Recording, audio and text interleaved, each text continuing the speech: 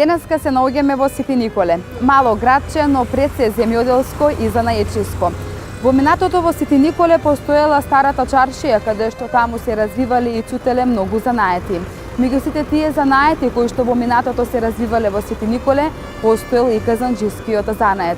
Овој занает денеска се уште постои во Свети Николе, а неговата традиција ја продолжува младиот Дејан Менчов. Сега се упатуваме кон неговата работилница.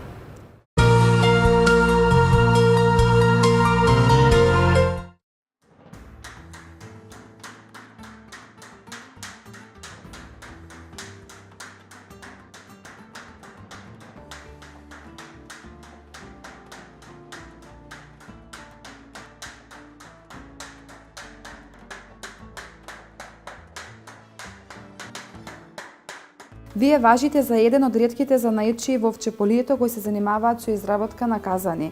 Во што точно се состои вашата работа и што точно изработувате? Мојата работа е изработка на бакарни казани за варење ракија, тави за ајвар, тавчиња за пржење месо, за пинџур. Се изработуваат од бакар, стриктно од бакар.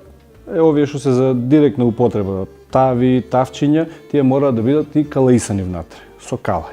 Инаку казаните се изработени само од бакар. Така, да ми кажеш нешто повеќе за твоите почетоци, кога почна ти да се занимаваш со овој занет? Па од мали нози, гледајќи го татко ми како се занимава со занаетов, некако добив желба, љубов према работата, и посакав едноставно да го продолжам традицијата, да ја продолжам традицијата на мојот татко и некаде веќе после 20 години веќе продолжив да работам со работата, со занаетот. Тешко ли беше да го научите овој занет? Па да. Овој занет се работи во главном рачно.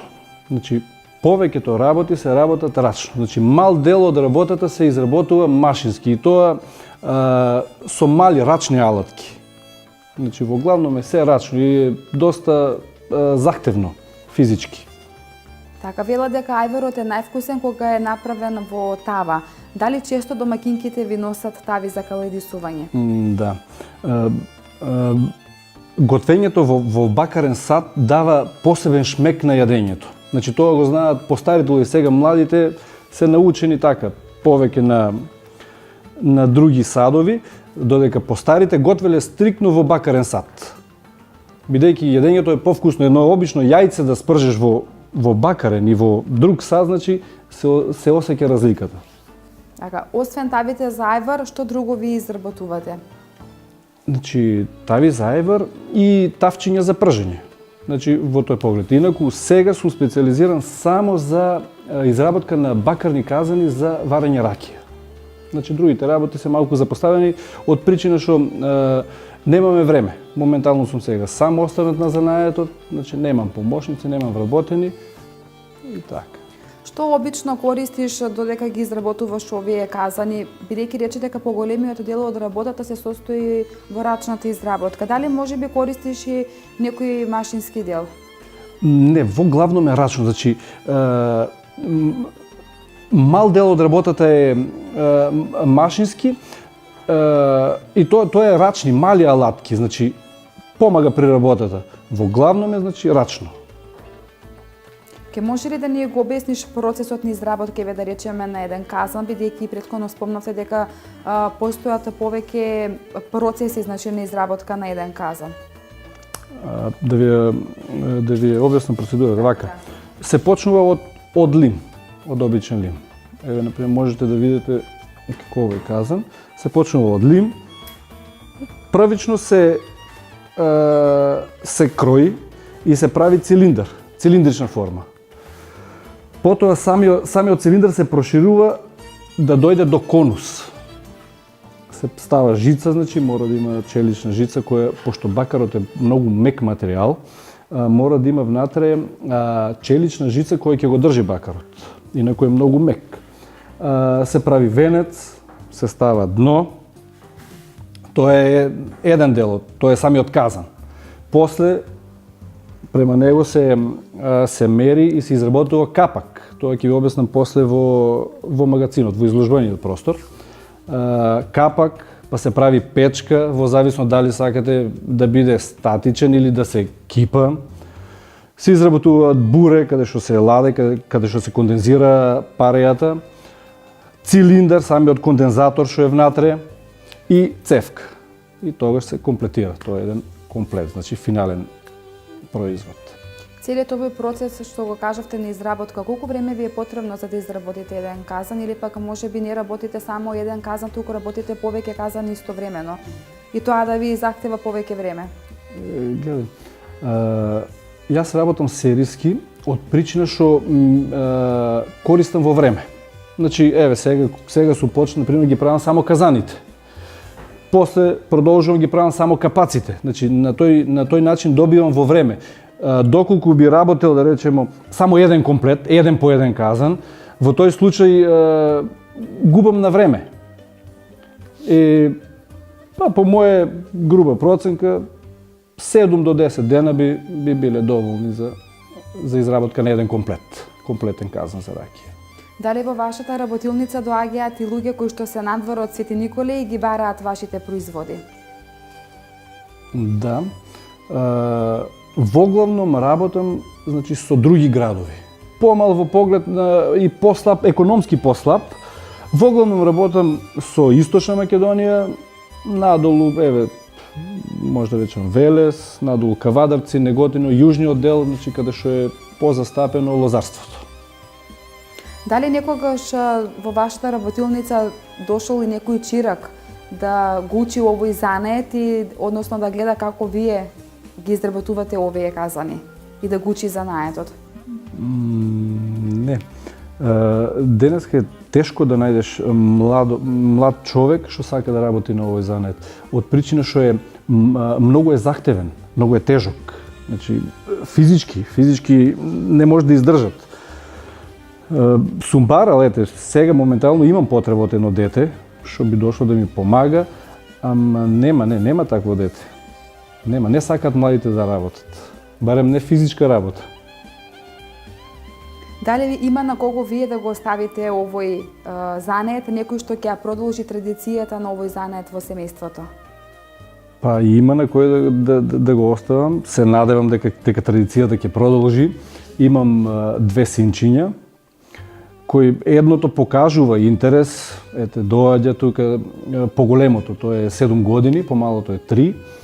И доаѓа, така, помага, па се распрашува шо е ова, за шо е ова и така. Се надевам дека традицијата ќе продолжи и натаму.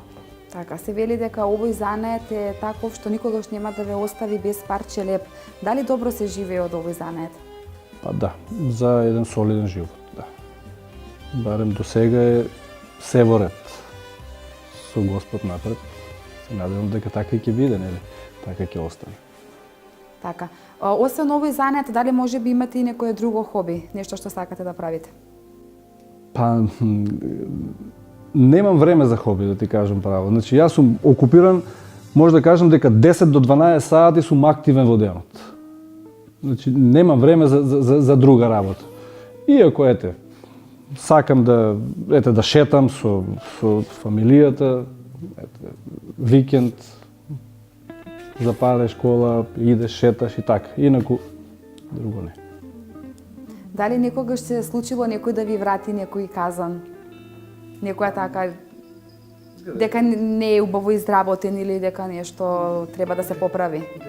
Во однос на изработката, значи, не може да врати, пошто кај нас ние толку сме усовршени сега што нема шансе да има у изработката промашај. Сега се е рачно изработено и се е од око, се е од осет. Значи може да се десе, да речем ми се има случувано, самиот кондензатор во бурето, тоа е целото лепено со калај и тоа не треба да пропушта вода. Речеме ми се има случувано да ми вратат да пропушта вода. Од причина што тоа ви кажувам дека се е од око, се е од осет, значи нема машина и речеш еве, ќе уклучиш на машината и тоа е 100% сигурно. Значи си има случувано, да. Инаку во однос на изработката не. Изработка имаме совршена. А од каде најчесто го набавувате бакарот? Бакарот од Скопје, има представништво во Скопје. Работиме исклучиво со српски бакар. Значи таа е еден од најквалитетните на овие простори. Си има представништво, од таму си правиме нарачки по димензии, за одреден период ни стигнуваат. Еднаш годишно правиме нарачка и тоа е. Значи таа е моментално најдобар бакар за изработка на казаноти. Не може било каков бакар.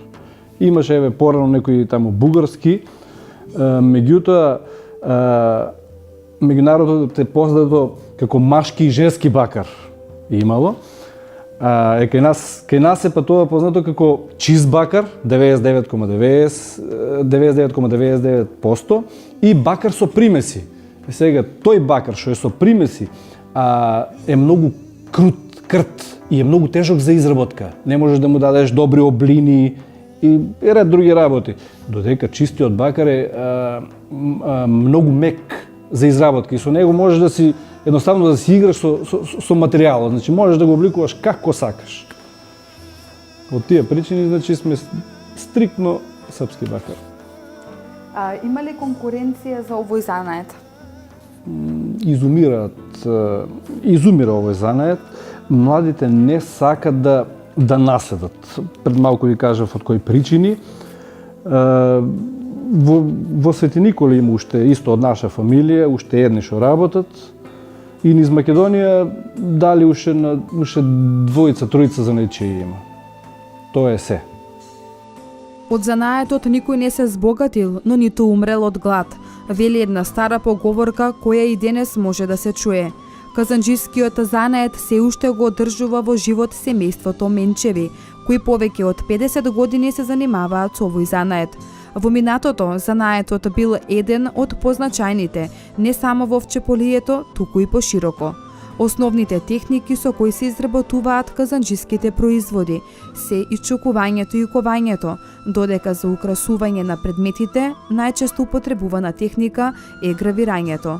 Казанџиските производи имаат бројни функции, разновидни форми, биле широко територијално распространети и временски долго застапени.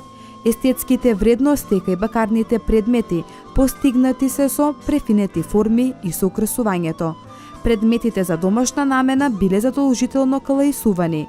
Најголем број од бакарните предмети били употребувани во домовите и јавните објекти за подготвување и чување храна и течности, за греење, осветлување, за лична хигиена и украсување. Се користеле и за религиозни потреби, како и во народното стопанисување и за нечиството. Казанџиските производи кои денес Дејан Менчов ги изработува во поголем дел се наменети за варење ракија, каде муштериите ги купуваат често за своите домашни потреби.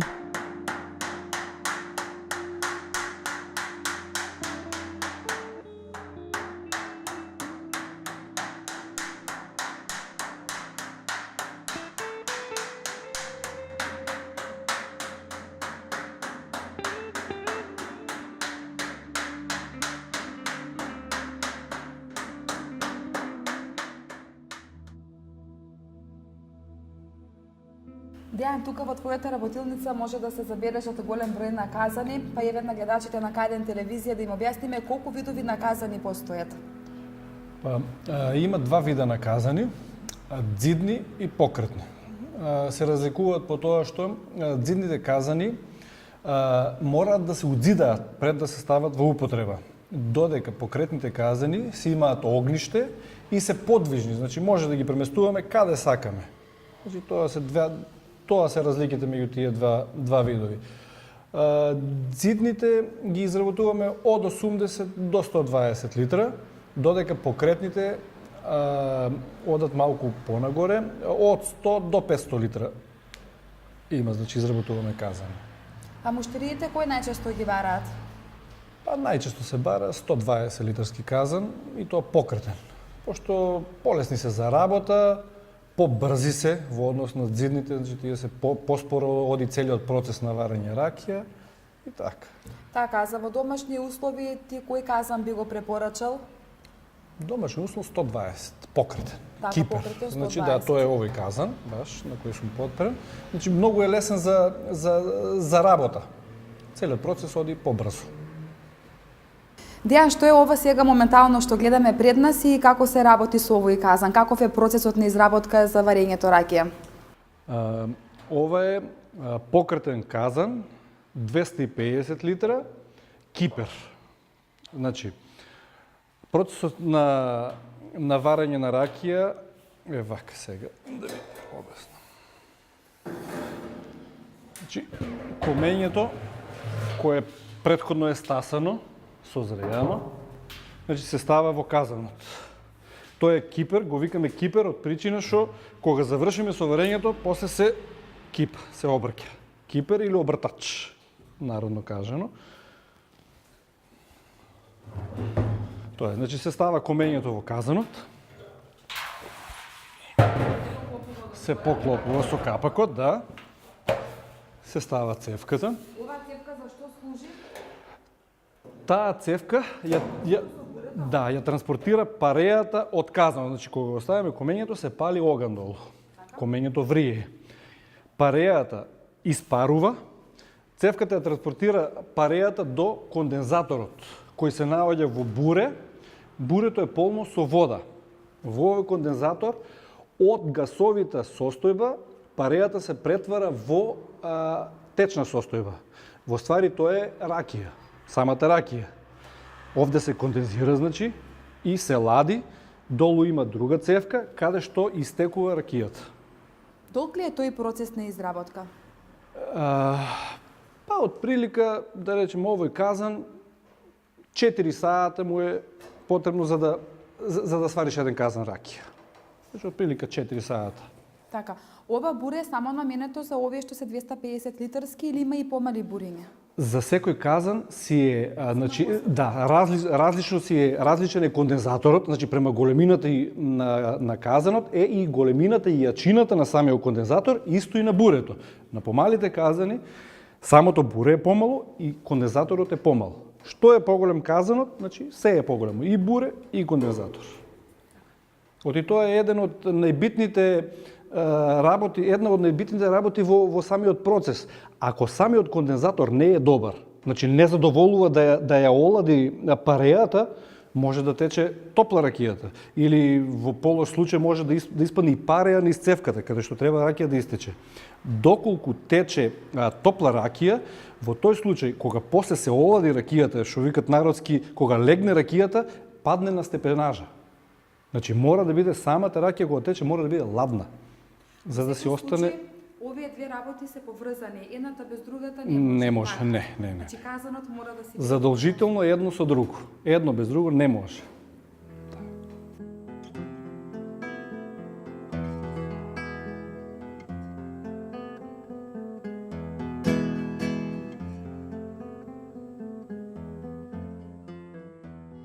Ова е зиден казан. Зашто се користи овој казан? Намената му е исто како и покретниот казан. Единствена разлика е во тоа што зидниот казан мора да се задзида, да се удзида. Од таму е името зиден казан. Значи самиот казан се удзидува и тој си е веќе статичен. Значи не можеш да го преместуваш. Тој си е тука. И самиот облик му е малку поинаков од покретните казани. Значи, тоа е разликата меѓу зиден и покретен казан. Така, исто, значи во овој казан се вари ракија, процесот е ист? Исто, се е исто. Се става комење, низ капакот оди парејата, преку цевките оди во бурето се лади, се претвара од гасовите во течна состојба, ракијата се лади овде и истекува. Според тебе, кој казан е попрактичен, овој зидниот или овој покретниот? Казаните двете се за различен тип на луѓе. Зидните казани ги користат повеќе луѓето што се на село, што си има друга земјоделска работа или сточарска, не е битно, што се зафанати. Зидниот казан, кога се удзида, додека да протече, домаќинот мора да биде покрај казанот. Штом протече, му става едно трупче во огништето и го затвора. Си врши други работи. До вечерта казанот си работи полека. кога се врати, само си ја собере ракијата. Додека покретните казани се побрзи и постојано мора да си покрај казано да се врткаш. Мора да има човек тука да се побрзи, мора да го регулираш огинот, значи да гледаш температура, јачина и така. Значи за различен тип на луѓе. Така, дали од овие ѕидни казани се со оваа стандардна величина или постојат и поголеми и помали? Ѕидните казани се движат од 80 до 120 литра. Додека покретните се малку поголеми и одат од 100 до 500 литра.